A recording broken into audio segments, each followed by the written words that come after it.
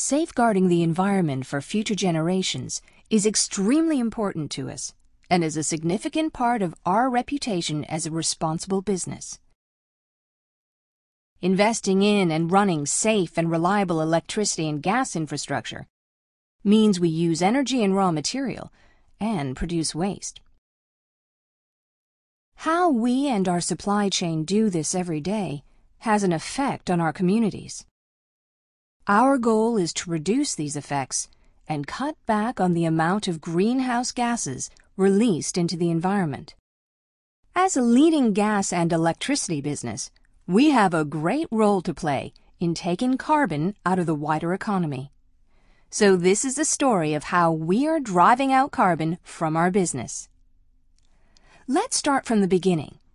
There are 6 principal greenhouse gases: carbon dioxide, methane, sulfur hexafluoride, nitrous oxide, hydrofluorocarbons, and chlorofluorocarbons. National Grid produce and use these gases in different ways. Sulfur hexafluoride, or SF6 for instance, is an extremely effective electrical insulator and has significant advantages over alternative materials. It is a critical requirement in the high-voltage applications for which we use it, and because of its effectiveness, takes up less volume than an equivalent oil insulator. Our material emissions are from our generating facilities in the U.S. and our compressor fleet installed on the gas transmission network in the U.K. These greenhouse gases trap heat in the atmosphere and contribute to the planet getting hotter. Having some greenhouse gases in the atmosphere is a good thing, as without them, the climate would be much colder. However, since the Industrial Revolution, man has been putting more of these gases into the atmosphere than the planet can remove. This means that the planet is getting warmer, and this will have a dramatic effect on the weather, the wider environment, and our well-being, unless we do something about it.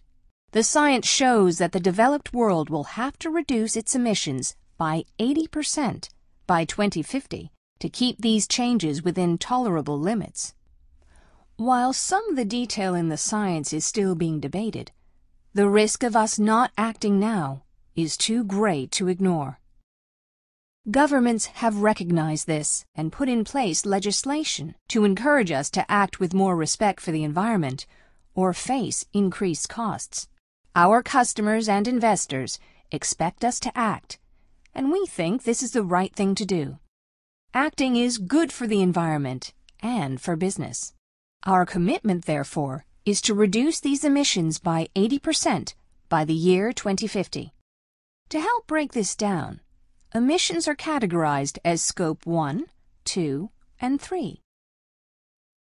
Scope 1 covers those areas where we directly release greenhouse gas, such as the amount of methane that leaks from our pipes, or the way we use fuel in the production of energy.